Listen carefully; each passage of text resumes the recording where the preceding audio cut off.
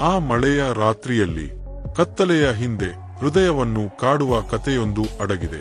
ಇದು ನಿಮ್ಮ ಒಡಲನ್ನು ನಡುಗಿಸುವ ಕತೆ, ಮನಸ್ಸನ್ನು ತಲ್ಲಣಗೊಳಿಸುವ, ಹೃದಯವನ್ನು ಕದಿಲಿಸುವ ಕತೆ. ಮಹಿಳೆಯರ ಗೌರವವನ್ನು ತಿಂದು ಹಾಕಿದ ಒಂದು ಕೆಡುಕಿನ ಚರಿತ್ರೆ. ಇದು ಗಣೇಶ್ ಪ್ರಸಾದ್ ಎಂಬ ಪಂಡಿತನ ಕತೆ. ಗ್ರಾಮದ ಕೊನೆಯಲ್ಲಿ ಒಂದು ಹಳೆಯ ದೇವಾಲಯದ ಬಳಿ ಒಂದು ಚಿಕ್ಕ ಕೊಠಡಿಯಲ್ಲಿ ವಾಸವಾಗಿದ್ದ ಗಣೇಶ್ ಪ್ರಸಾದ್. ವಯಸ್ಸು 70-75 ವರ್ಷ. ಆದರೆ ಅವನ ಕಣ್ಣುಗಳಲ್ಲಿ ವಿಚಿತ್ರವಾದ ಹೊಳಪು, ಮಾತುಗಳಲ್ಲಿ ಜೇನಿನಂತಹ ಸಿಹಿ. ಗ್ರಾಮಸ್ಥರಿಗೆ ಅವನು ದೇವರಂತೆ ಭಾಸವಾಗುತ್ತಿದ್ದ. ಒಳ್ಳೆಯ ಮನಸ್ಸಿನವನು, ವಿದ್ವಾಂಸನೆಂದು ಎಲ್ಲರೂ ನಂಬಿದ್ದರು. ಅವನು ಮಹಿಳೆಯರಿಗೆ ಪ್ರಸಾದ ನೀಡುತ್ತಿದ್ದ. ನಿನ್ನ ದುಃಖ ಕಷ್ಟಗಳು ದೂರವಾಗುತ್ತವೆ ಎಂದು ಹೇಳುತ್ತಿದ್ದ. ಆದರೆ ಆ ಪ್ರಸಾದ ಕೇವಲ ಒಂದು ಸಾಕು. ಗಣೇಶ್ ಪ್ರಸಾದ್ ಮಹಿಳೆಯರ ದೌರ್ಬಲ್ಯವನ್ನು ಅರ್ಥಮಾಡಿಕೊಂಡು ಅವರ ಗೌರವದೊಂದಿಗೆ ಆಟವಾಡುತ್ತಿದ್ದ. ಅವನ ಚತುರತೆ ಎಷ್ಟರ ಮಟ್ಟಿಗೆಂದರೆ ಯಾರೂ ಅವನ ಮೇಲೆ ಬೆರಳೆತ್ತಿ ತೋರಿಸಲಾರದಷ್ಟು. ಗ್ರಾಮಸ್ಥರಿಗೆ ಅವನು ಸಜ್ಜನ. ಆದರೆ ಆ ಕೊಠಡಿಯ 4 ಗೋಡೆಗಳ ಹಿಂದೆ ಕತ್ತಲ ಕಥೆಯೊಂದು ಅಡಗಿತ್ತು. ಇದೇ ಗ್ರಾಮದಲ್ಲಿ, ಮಹೇಶ್ ನಗರದಲ್ಲಿ, ಸವಿತಾ ಎಂಬ ಯುವತಿ ವಾಸವಾಗಿದ್ದಳು. ಸುಂದರವಾದ, ಬುದ್ಧಿವಂತಳಾದ ಸವಿತಾ. ಅವಳ ಕಣ್ಣುಗಳಲ್ಲಿ ಮುಗ್ಧತೆ, ಹೃದಯದಲ್ಲಿ ಧೈರ್ಯ. ಬಡ ರೈತನ ಮಗಳಾದ ಸವಿತಾಳ ಜೀವನ ಕಷ್ಟ ಮತ್ತು ಕನಸುಗಳ ನಡುವೆ ಸಾಗಿತ್ತು. ಸವಿತಾಳ ಹೃದಯ ಗ್ರಾಮದ ಪ್ರಾಮಾಣಿಕ ಅಂಗಡಿಯವನಾದ ವಿಜಯನ ಮೇಲೆ ಬಿತ್ತು. ವಿಜಯನ ಅಂಗಡಿ ಗ್ರಾಮದ ಮಧ್ಯದಲ್ಲಿತ್ತು.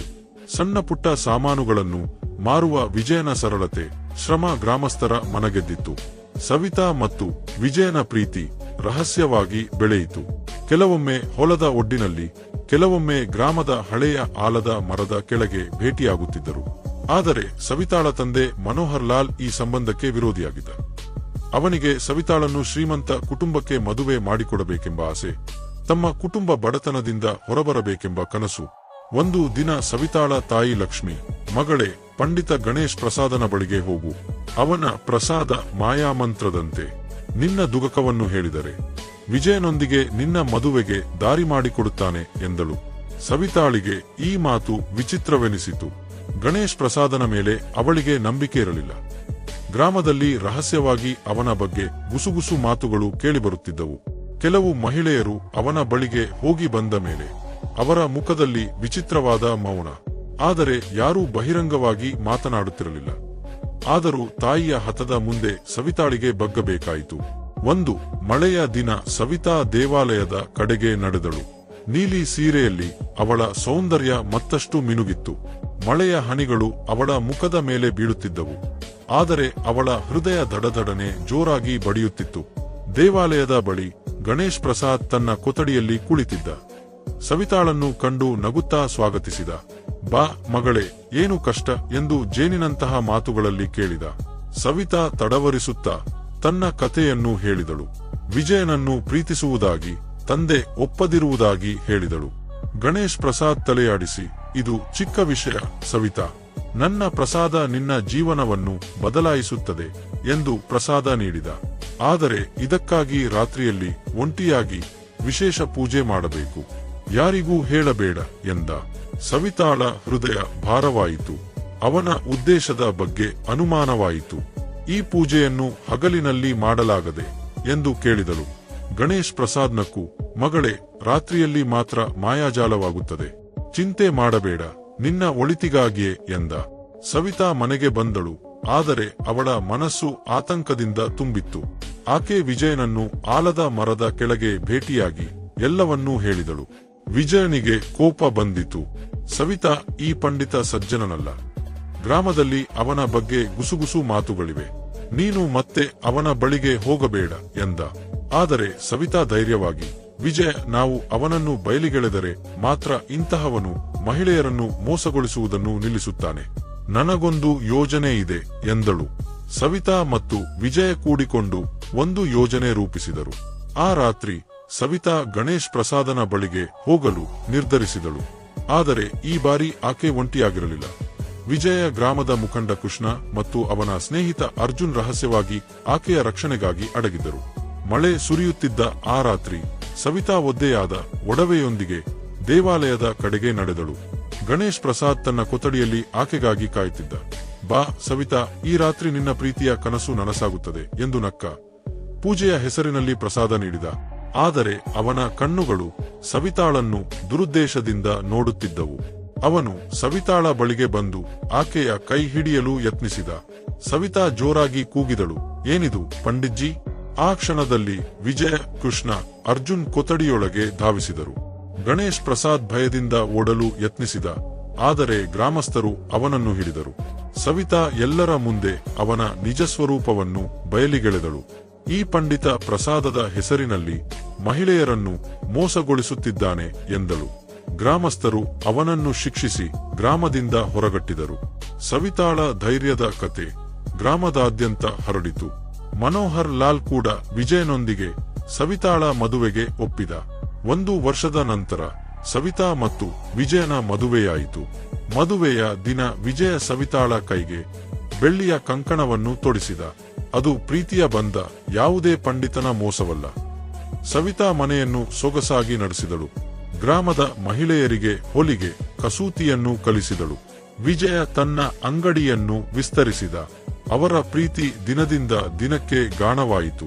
ಆದರೆ ಗಣೇಶ್ ಪ್ರಸಾದನ ಕಥೆಯಲ್ಲಿ ಇಲ್ಲಿ ಕೊನೆಯಾಗಲಿಲ್ಲ. ಅವನ ಹೃದಯದಲ್ಲಿ ಸೇಡಿನ ಜ್ವಾಲೆಯು ಉರಿಯಿತು. ಗ್ರಾಮದಿಂದ ಹೊರಗಟ್ಟಲ್ಪಟ್ಟರು. ಸವಿತಾ ಮತ್ತು ಗ್ರಾಮಸ್ಥರೊಂದಿಗೆ ಸೇಡು ತೀರಿಸಿಕೊಳ್ಳುವ ಶಪಥ ಮಾಡಿದ. 1 ವರ್ಷದ ನಂತರ ಗ್ರಾಮದಲ್ಲಿ ಹೊಸದೊಂದು ಗುಸುಗುಸು. ಶಂಕರದಾಸ್ ಎಂಬ ಹೊಸ ಪಂಡಿತ ಗ್ರಾಮದ ಬಳಿ ಒಂದು ಚಿಕ್ಕ ಆಶ್ರಮದಲ್ಲಿ ನೆಲೆಸಿದ. ಅವನ ವಯಸ್ಸು 70-75 ವರ್ಷ. ಮುಖ ಆಕರ್ಷಕವಾಗಿತ್ತು. ಅವನು ಮಹಿಳೆಯರಿಗೆ ಪ್ರಸಾದ ನೀಡಿ ನಿಮ್ಮ ದುಗಕ ದೂರವಾಗುತ್ತದೆ ಎಂದು ಹೇಳುತ್ತಿದ್ದ. ಗ್ರಾಮದ ಮಹಿಳೆಯರು ಅವನ ಕಡೆಗೆ ಆಕರ್ಷಿತರಾದರು. ಸವಿತಾಳಿಗೆ ಈ ಸುದ್ದಿ ತಿಳಿದಾಗ ಆಕೆಯ ಹೃದಯ ಕಲಕಿತು. ವಿಜಯ, ಈ ಶಂಕರದಾಸ್ ಹೊಸಬನಲ್ಲ, ಇದು ಗಣೇಶ್ ಪ್ರಸಾದನ ಹೊಸ ಮುಖವಾಡ ಎಂದಳು. ವಿಜಯನಕ್ಕು, ಸವಿತಾ, ಈಗ ಪ್ರತಿಯೊಬ್ಬ ಹೊಸ ಪಂಡಿತನ ಮೇಲೂ ನಿನಗೆ ಅನುಮಾನ.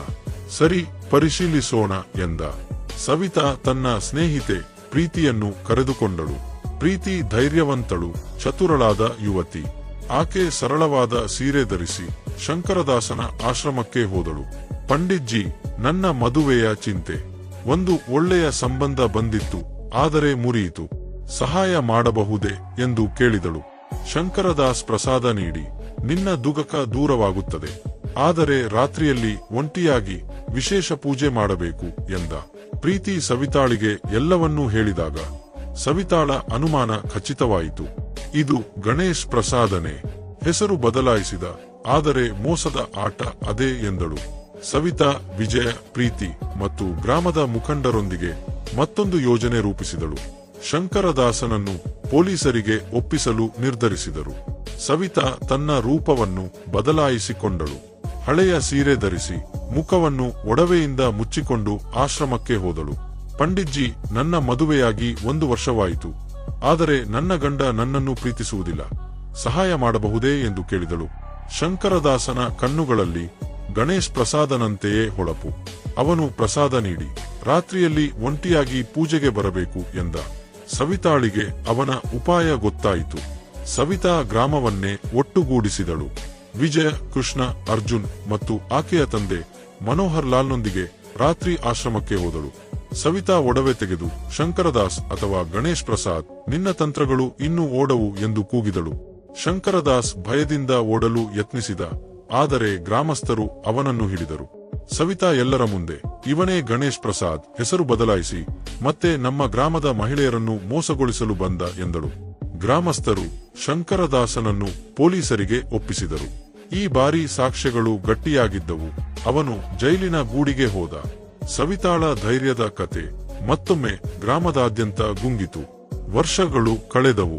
ಸವಿತಾ ಮತ್ತು ವಿಜಯನಿಗೆ 3 ವರ್ಷದ ಮಗ ಅರುಣ್, 1 ವರ್ಷದ ಮಗಳು ರೇಣು ಇದ್ದರು.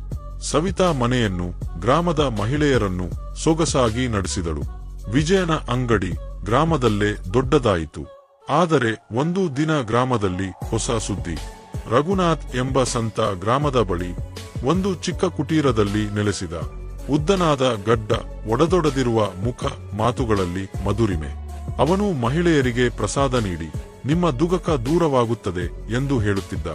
ಸವಿತಾಳಿಗೆ ಈ ಸುದ್ದಿ ತಿಳಿದಾಗ, ವಿಜಯ, ಇವನು ಹೊಸ ಸಂತನಲ್ಲ, ಇದು ಗಣೇಶ್ ಪ್ರಸಾದನ ಮತ್ತೊಂದು ತಂತ್ರ ಎಂದಳು. ವಿಜಯನಕ್ಕು, ಸವಿತಾ, ಈಗ ಪ್ರತಿಯೊಬ್ಬ ಸಂತನ ಮೇಲೂ ನಿನಗೆ ಅನುಮಾನ.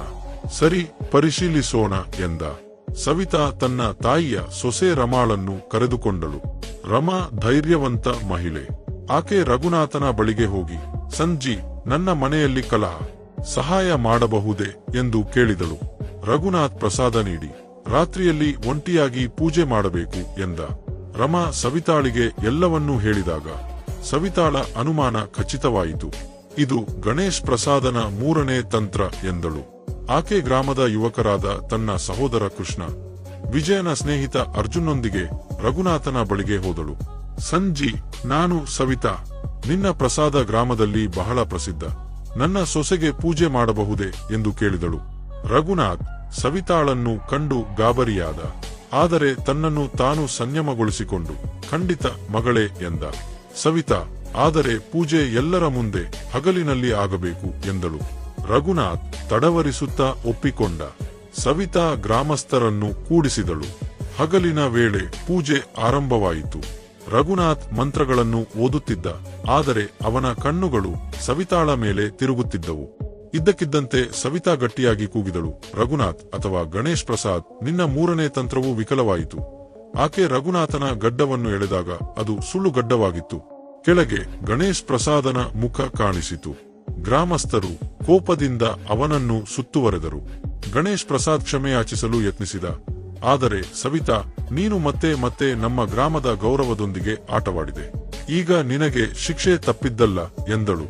ಗಣೇಶ್ ಪ್ರಸಾದನನ್ನು ಪೊಲೀಸರಿಗೆ ಒಪ್ಪಿಸಲಾಯಿತು. ಅವನಿಗೆ ಕಠಿಣ ಶಿಕ್ಷೆಯಾಯಿತು.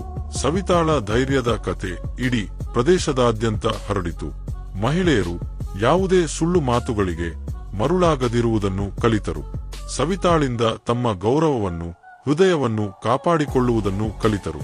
ಒಂದು ಮಳೆಯ ರಾತ್ರಿ ವಿಜಯ ಸವಿತಾಳನ್ನು ತಮ್ಮ ಮನೆಯ ತಾರಸಿಗೆ ಕರೆದ.